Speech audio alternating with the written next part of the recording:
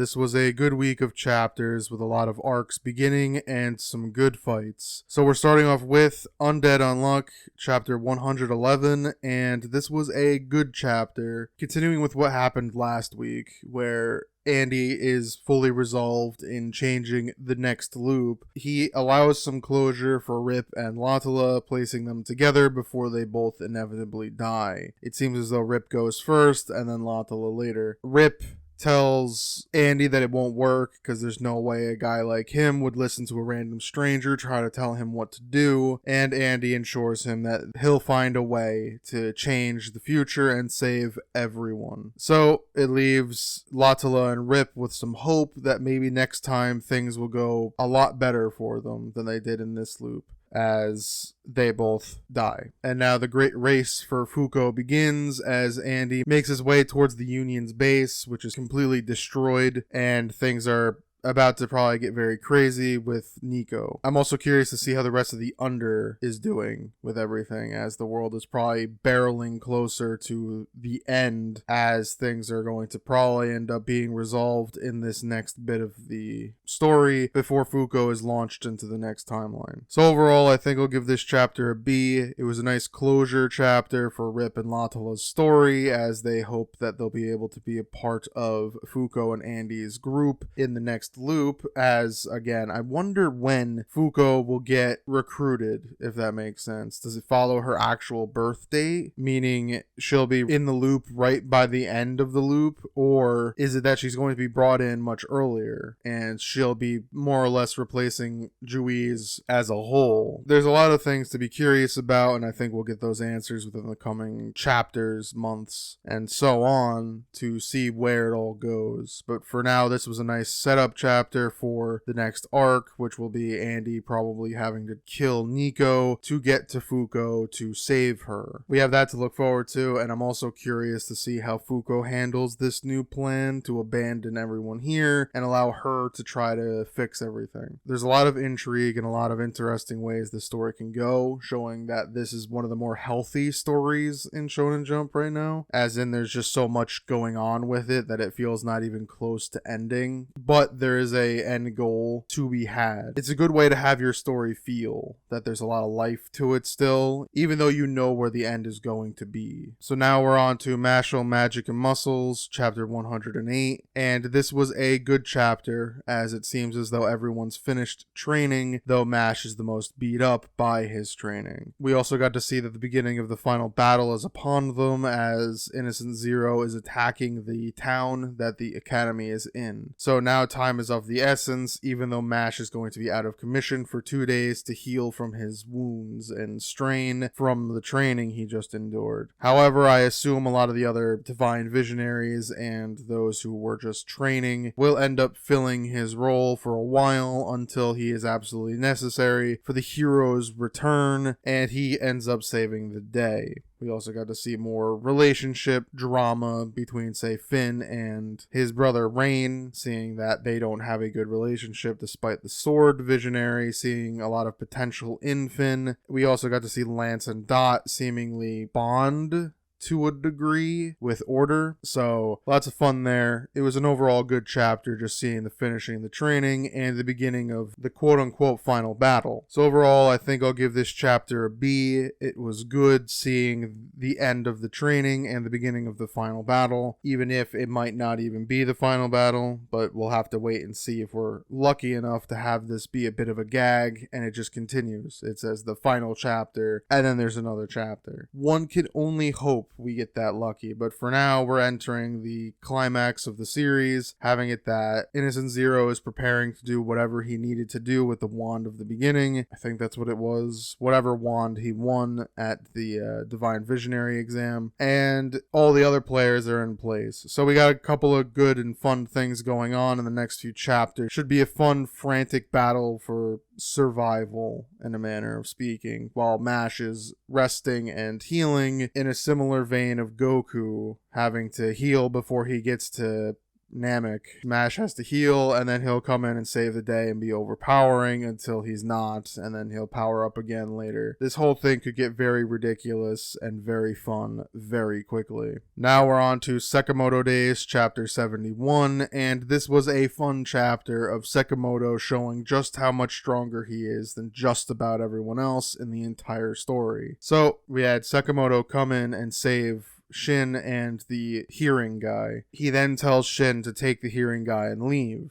Shin feels dejected, but Sakamoto reassures him that he believes Shin would be the only one who can get them out of there to save him, and thus brightening Shin's spirits as he completely goes on the offensive and beats down the henchman. The fight itself is pretty excellent. The fight choreography, quote unquote, is actually very good in Sakamoto, and this fight was no exception. Seeing the two kind of go toe to toe while Sakamoto clearly has the advantage, and the henchman is slowly but surely losing ground in the battle here. You see Deerhead get very flabbergasted and shocked at seeing Sakamoto and even tries to tell the henchman to leave, but he doesn't, and for that he gets beaten down pretty badly, as after Sakamoto causes a purposeful underwater kind of flood, in a manner of speaking, because there was an underground waterway, and so Sakamoto burst the dam and forced them to go like through the cliff they were kind of on near the plane wreckage, and so they fight on top of the plane, and eventually Sakamoto gets the victory. It was a very good fight. It was a very entertaining fight. It is always fun to see Sakamoto dominate in a fight and win just without breaking too much of a sweat. So overall, I think I'll give this chapter an A. It was good seeing Sakamoto cut loose and show that he has grown quite a bit more powerful than even the last time we've seen him, simply because he didn't even have to go into his skinny form, quote unquote, to take advantage and win this fight, either meaning that he probably won't be going into skinny form until he actually trains to get there, or he is now just more comfortable in his big form that he could pretty much fight as he was in his bigger form. So we'll have to see how all of that kind of turns out, see what is true about that, or if the henchman was a lot weaker than we had initially thought, showing that maybe the old man was just A, that deadly, which he was, and B, the henchman might have just been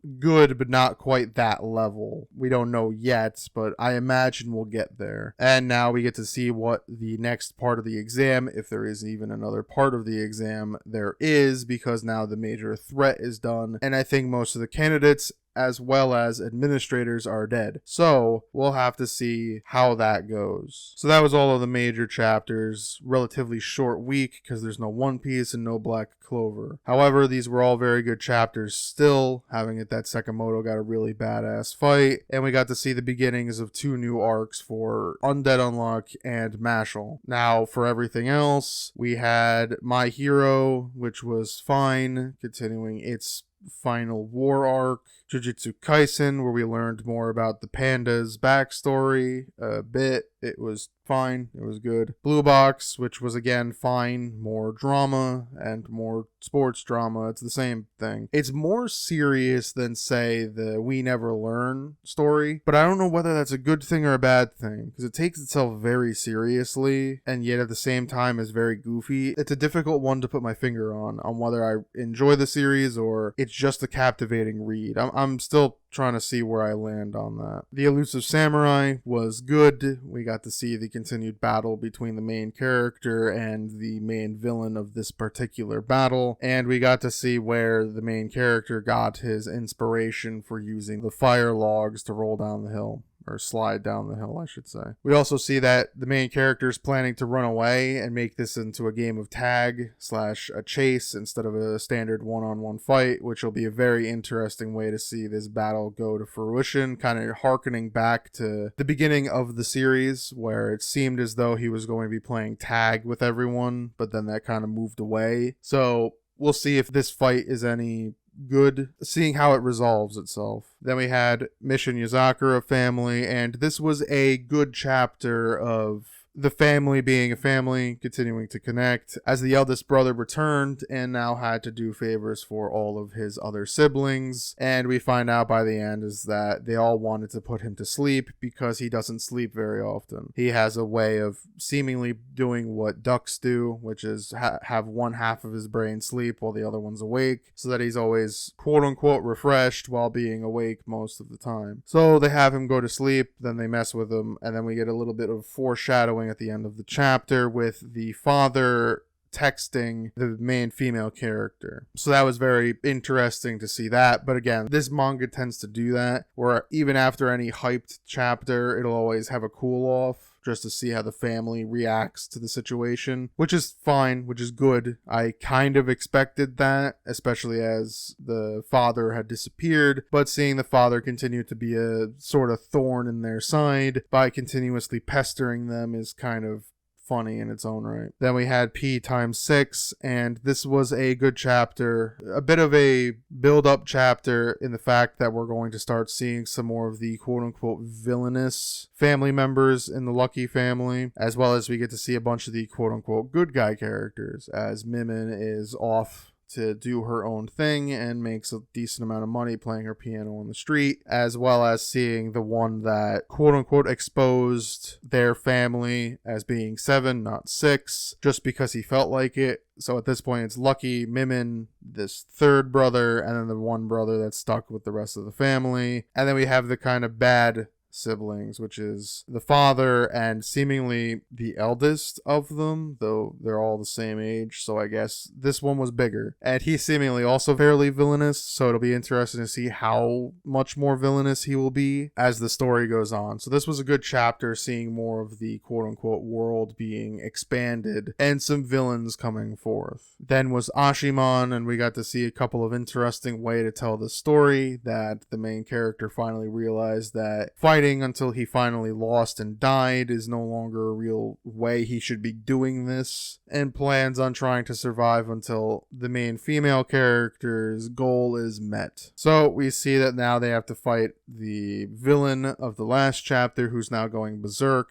to try to save pretty much everyone. So that'll be pretty interesting. It was a good chapter in itself. And Doron was good, as we get to see more of the bond between the Mononoke and the main character, their partnership, and seeing how close they are, as the evil Mononoke from last week tries to destroy the good guy one, and now we have a battle to sort of get rid of that Titan level threat. So we'll see how that goes. Again, it was fairly good seeing the continued battles and the quirky personalities between everyone. So we'll see if it can continue its momentum. So that was all of the chapters. Again, they were all fairly good. Hopefully next week we have quote-unquote some more substance, as this will be a bit of a lighter week, but not necessarily a bad week by any stretch of the imagination. So hopefully One Piece is pretty great next week, as it should be the beginning of the cool down period, and then we have a bunch of arcs starting their rise again, their rising action again for their new arcs, and several more fights, and it should be a good week next week. So if you enjoyed this video, please leave a like, and as always, thank you for watching.